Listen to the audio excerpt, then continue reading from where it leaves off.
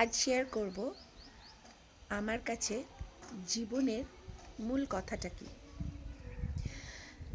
আমার কাছে জীবনের মূল কথা তিনটে ভাগে বলবো। একটা অভিজ্ঞতা, যা আমরা আমাদের কাটিয়ে আসা দিন সময়গুলো থেকে নিজেদের জীবনে সঞ্চয় করি। তারপরেরটা কি জানেন?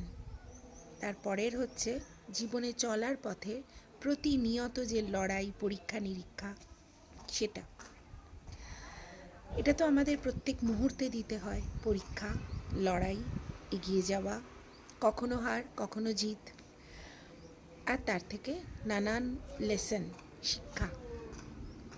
আর তৃতীয়টা কি জানেন? তৃতীয়টা হলো প্রত্যাশা, ভবিষ্যতের কাছে আশা। মানে ব্যাপারটা হলো কি, পূর্বের অভিজ্ঞতা থেকে আমরা বর্তমানের লড়াই, পরীক্ষা নিরীক্ষা, জীবনে চলার পথে স্মুথভাবে চলতে পারি, চেষ্টা করতে পারি।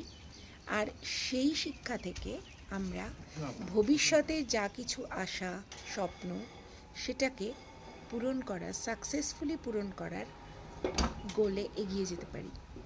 কি ঠিক বললাম? আমার জীবন সম্পর্কে আইডিওলজিটা কীরকম, ঠিক না ভুল? কমেন্টে জানিও।